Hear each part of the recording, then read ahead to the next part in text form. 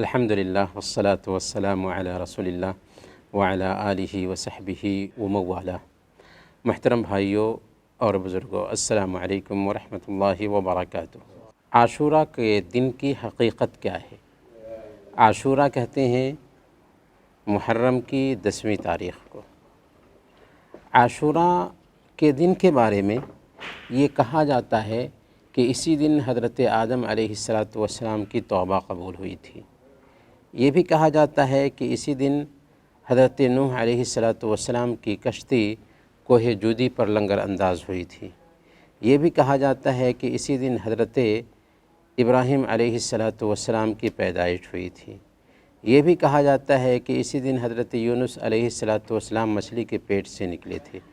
یہ سارے واقعات جو پیش آئے ہیں اپنی جگہ پر صحیح ہیں، لیکن 10 محرم کو ہی یہ واقعات پیش آئے، اس کا ثبوت ہمیں اوتھینٹک طریقے سے نہیں ملتا ہے۔ تو عاشوراء کے دن کی حقیقت کیا ہے؟ عاشوراء کے دن کی حقیقت یہ ہے کہ اسی دن حضرت موسیٰ علیہ السلام کو بنو اسرائیل کے ساتھ فرعون کی چنگل سے نجات ملی تھی۔ یعنی فرعون مصر کا بادشاہ بنو اسرائیل کو ستاتا تھا، پریشان کرتا تھا۔ اللہ تعالیٰ نے مسیحا کے طور پر حضرت موسیٰ علیہ السلام کو ان کے بیچ بھیجا، یہاں تک کہ ایک وقت آیا کہ بنو اسرائیل کو موسیٰ علیہ السلام لے کر کے مصر سے نکل جاتے ہیں۔ سامنے میں سمندر ہے اور پیچھے سے جب فرعون کو پتہ چلتا ہے تو فرعون تعاقب کرتے ہوئے آ رہا ہے تاکہ بنو اسرائیل کو کیچ کر لے۔ بنو اسرائیل پریشان ہو جاتے ہیں، پریشانی میں کہتے ہیں انا لمدرکون، موسیٰ اب تو ہم پکڑ لیے جائیں گے، کیونکہ سامنے میں سمندر ہے اور پیچھے سے دشمن آ رہا ہے۔ حضرت موسیٰ علیہ السلام نے کہا کلا ان معی ربی سیہدین، ہرگز نہیں، ایسا ہو نہیں سکتا، اللہ ہمارے ساتھ ہے جو ہمیں راستہ دکھائے گا۔ اللہ نے کیا کیا؟ راستہ دکھایا یا نہیں؟ اللہ نے کہا کہ اس سمندر میں لاٹھی ماریے۔ چنانچہ اللہ تعالیٰ نے اس جاری سمندر میں لاٹھی مارنے کی وجہ سے راستہ بنا دیا، اور بنو اسرائیل اسی راستے سے سمندر کو پار کر گئے۔ جب فرعون آتا ہے اپنی فوج کے ساتھ تو اس سمندر کو پار کرنے کی کوشش کرتا ہے، تو اسی سمندر میں ساری کی ساری فوج ڈوب کر کے تباہ ہو جاتی ہے۔ یہ دن کون سا تھا؟ یہ عاشوراء کا دن تھا۔ اسی دن حضرت موسیٰ علیہ السلام کو بنو اسرائیل کے ساتھ نجات ملی تھی۔ تو اللہ کے نبی صلی اللہ علیہ وسلم جب مکہ میں تھے تو چونکہ مکہ کے مشرکین بھی اس دن کو تازہ کرتے ہوئے اس دن روزہ رکھتے تھے، اللہ کے نبی صلی اللہ علیہ وسلم بھی روزہ رکھتے تھے۔ صحیح بخاری کی روایت ہے کہ جب اللہ کے نبی صلی اللہ علیہ وسلم مدینہ آئے تو یہودیوں کو اس دن روزہ رکھتے ہوئے دیکھا۔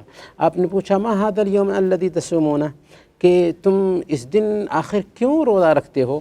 انہوں نے کہا کہ یہ تو بہت ہی عظمت والا دن ہے، اسی دن اللہ تعالیٰ نے حضرت موسیٰ علیہ السلام کو فرعون کے چنگل سے نجات دیا تھا اور فرعون کو غرقاب کیا تھا، سمندر میں ڈبو دیا تھا۔ حضرت موسیٰ علیہ السلام نے اللہ کے شکرانے کے طور پر روزہ رکھا تھا، اس لیے ہم بھی روزہ رکھتے ہیں۔ تو اللہ کے نبی صلی اللہ علیہ وسلم نے کہا تھا فَنَحْنُ أَحَقُّ وَأَوْلَى بِمُوسَىٰ مِنْكُمْ، کہ اے یہودیو، ہم موسیٰ علیہ السلام کے تم سے زیادہ حقدار ہیں۔ کیوں ہم موسیٰ علیہ السلام کی یہودیوں سے زیادہ حقدار ہیں؟ اس لیے کہ اصل دین جسے موسیٰ علیہ السلام لے کر کے آئے تھے، اصل دین جسے حضرت عیسیٰ علیہ السلام لے کر کے آئے تھے، وہ کیا ہے؟ وہ اسلام ہے، اور ہم مسلمان ہی ہیں جو اس اصل دین کو، یعنی حضرت عیسیٰ علیہ السلام کے دین، حضرت موسیٰ علیہ السلام کے دین کو فالو کرنے والے ہیں۔ تو ہم حضرت موسیٰ علیہ السلام کے زیادہ حقدار ہیں۔ یہاں پر یہ بات بھی ہمیں سمجھ میں آتی ہے کہ اسلام کوئی نیا دین نہیں ہے، یہ کائنات کا دین ہے، یہ اسی وقت ہے جس وقت سے یہ کائنات ہے۔ چنانچہ حضرت موسیٰ علیہ السلام کی اس سنت کو زندہ رکھتے ہوئے اللہ کے نبی صلی اللہ علیہ وسلم نے خود روزہ رکھا، صحابہ کو بھی روزہ رکھنے کا حکم دیا، اور جب تک کہ رمضان کے روزے فرض نہیں ہوئے تھے عاشوراء کا یہ روزہ مسلمانوں پر فرض تھا۔ جب رمضان کا روزہ فرض ہو گیا تو عاشوراء کے روزے کی فرضیت اٹھا لی گئی، لیکن استحباب مستحب ہونا باقی رہا۔ تو اس طریقے سے اللہ کے نبی صلی اللہ علیہ وسلم کے زمانے میں یہ جب روزہ مسنون قرار دیا گیا تو باضابطہ عورتیں اپنے چھوٹے چھوٹے بچوں کو روزہ رکھواتی تھیں۔ ربیع بنت معوذ کہتی ہیں کہ ہم اپنے چھوٹے بچوں کو روزہ رکھواتے تھے، جب وہ کھانے پینے کے لیے پریشان ہو جاتے تو کھلونے وغیرہ میں ان کو الجھا دیا کرتے تھے، یہاں تک کہ افطار کا وقت ہو جاتا تھا۔ تو اللہ کے نبی صلی اللہ علیہ وسلم عاشوراء کے دن ہی روزہ رکھتے رہے۔ صحیح مسلم کی روایت میں آتا ہے کہ آپ کی وفات سے چند مہینوں پہلے صحابہ نے آپ سے کہا تھا کہ یہ وہ دن ہے جس میں یہود و نصارہ روزہ رکھتے ہیں، اور بعد کے دنوں میں اللہ کے نبی صلی اللہ علیہ وسلم یہود و نصارہ کی مخالفت کرنے لگے تھے، تو آپ نے فرمایا لئن بقیت الی قابل لأصومن التاسع، اگلے سال اگر زندگی باقی رہی تو 9 محرم کا بھی روزہ رکھوں گا۔ لیکن اللہ کے نبی صلی اللہ علیہ وسلم کی زندگی وفا نہ کر سکی اور آپ ربیع الاول کے مہینے میں ہی وفات پا گئے، پر آپ نے کہہ دیا تھا، لہذا سنت کا طریقہ یہ ہے کہ ہم اگر عاشوراء کا روزہ رکھنا چاہتے ہیں تو 9 محرم کا بھی روزہ رکھیں اور 10 محرم کا بھی روزہ رکھیں، 2 روزے رکھیں۔ کیا فائدہ ہے اس کا؟ پیارے نبی صلی اللہ علیہ وسلم سے صحیح مسلم کی روایت کے مطابق پوچھا گیا تھا عاشوراء کے روزے کے بارے میں، تو آپ نے فرمایا یکفر السنہ الماضیہ، پچھلے 1 سال کے گناہ معاف ہو جاتے ہیں۔ گویا کہ عاشوراء کا روزہ اگر ہم رکھیں گے تو اس کا فائدہ یہ ہے کہ اللہ تعالیٰ پچھلے 1 سال کے گناہ معاف فرماتا ہے۔ یہ ہے حقیقت عاشوراء کی، اور اس کی اتنی اہمیت تھی اللہ والوں کے ہاں کہ حضرت ابن عباس رضی اللہ تعالیٰ عنہ کے بارے میں آتا ہے کہ سفر میں بھی ہوتے تھے تو عاشوراء کا روزہ رکھتے تھے۔ امام ظہری رحمۃ اللہ علیہ کے بارے میں آتا ہے کہ وہ کہتے تھے کہ عاشوراء کا روزہ ایسا روزہ ہے کہ اس کے لیے رمضان کے مہینے کے جیسے ایسا نہیں ہے کہ سفر میں ہیں تو اگر روزہ ترک کر دیں تو دوسرے دنوں میں ان کی قضا کر لیں گے، بلکہ یہ تو دن چلا جاتا ہے، اس لیے ہم سفر میں بھی ہوتے ہیں تو یہ روزہ رکھ لیں گے۔ گویا کہ حضرت ابن عباس اور امام ظہری رحمہ اللہ سفر میں بھی ہوتے تھے تو عاشوراء کا روزہ رکھتے تھے۔ اللہ کے نبی صلی اللہ علیہ وسلم کی شریعت یہ ہے، اللہ والوں کا طریقہ یہ ہے، لیکن ایک دوسرا طریقہ ہے جس کو ہمارا مسلم سماج فالو کرتا ہے۔ اسلام دشمنی میں عجیب طریقے سے مسلم سماج کی ذہن سازی کی گئی، ہمارا ایسا ذہن بنایا کہ ہم دین اس کو سمجھنے لگے جس کا دین سے کوئی تعلق نہیں تھا۔ چنانچہ 10 محرم کو ہم جو بھی کام کرتے ہیں یا ہمارا مسلم سماج جو بھی کام کرتا ہے اس کا دین سے کوئی تعلق نہیں ہے۔ ہوا کیا تھا؟ ہوا یہ تھا کہ سن 61 ہجری میں حضرت حسین رضی اللہ تعالیٰ عنہ کی شہادت عمل میں آ گئی تھی۔ اتفاق کہیے، عاشوراء کے دن ہی حضرت حسین رضی اللہ تعالیٰ عنہ کی شہادت عمل میں آ گئی تھی۔ سوال یہ ہے کہ ہمارا دین مکمل ہے یا نہیں؟ مکمل ہے نا، ہمارا دین مکمل ہے۔ کب مکمل ہوا؟ کب مکمل ہوا؟ پیارے نبی صلی اللہ علیہ وسلم کے زمانے میں مکمل ہوا۔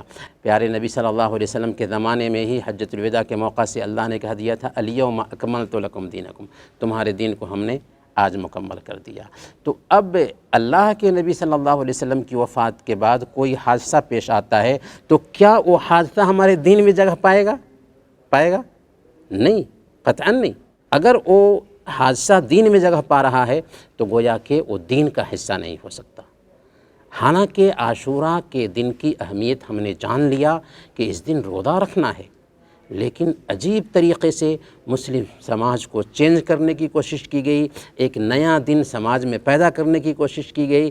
چنانچہ ہمارے مسلم سماج میں کچھ دوسری ہی چیزیں ہم کو دیکھنے کو ملتی ہیں۔ اس لیے میرے بھائیوں، ہمیں چاہیے کہ ہم پیارے نبی صلی اللہ علیہ وسلم کی سنت کو زندہ کریں، اللہ والوں کی سنت کو زندہ کریں، اور مسلم سماج میں جو نئی چیزیں آ گئی ہیں ان کا بائیکاٹ کریں۔ آپ سوچیں نا حضرت حسین رضی اللہ تعالی عنہ کی شہادت عمل میں آئی، اس سے ظاہر سی بات ہے کہ ہمیں افسوس ہوتا ہے اور ہمیں بھی حضرت حسین رضی اللہ تعالی عنہ سے محبت ہے، لیکن کیا صرف تاریخ میں حضرت حسین رضی اللہ تعالی عنہ کی شہادت عمل میں آئی ہے؟ اللہ کے نبی صلی اللہ علیہ وسلم کی وفات ہوئی نہیں؟ کیا ان کی وفات کے دن کو ماتم کا دن منائیں گے؟ ان کے بعد حضرت ابوبکر صدیق رضی اللہ تعالیٰ عنہ کی وفات عمل میں آئی یا نہیں؟ کیا ان کی وفات کے دن کو ہم ماتم کا دن منائیں گے؟ اسی طریقے سے حضرت عمر فاروق رضی اللہ تعالیٰ عنہ کی شہادت عمل میں آئی یا نہیں؟ کیا ان کے شہادت کے دن کو ماتم کا دن منائیں گے؟ حضرت عثمان رضی اللہ تعالیٰ عنہ کی شہادت عمل میں آئی یا نہیں؟ کیا ان کی شہادت کے دن کو ماتم کا دن منائیں گے؟ اور پھر حضرت حسین رضی اللہ تعالیٰ عنہ کے ابا حضرت علی رضی اللہ تعالیٰ عنہ بھی شہید کیے گئے، کیا ان کی شہادت کے دن کو ماتم کا دن منائیں گے؟ نہیں منائیں گے۔ کیوں نہیں منائیں گے؟ اس لیے کہ ہمارا دین یہ کہتا ہے کہ کسی وفات پانے والے آدمی کے اوپر ایک عورت صرف 3 دن تک سوگ منائے گی، صرف 3 دن تک ایک عورت سوگ منا سکتی ہے، مرد کے لیے سوگ منانے کی کوئی گنجائش نہیں ہے۔ البتہ اگر اس کا شوہر مرا ہے تو 4 مہینے 10 دن تک سوگ منائے گی۔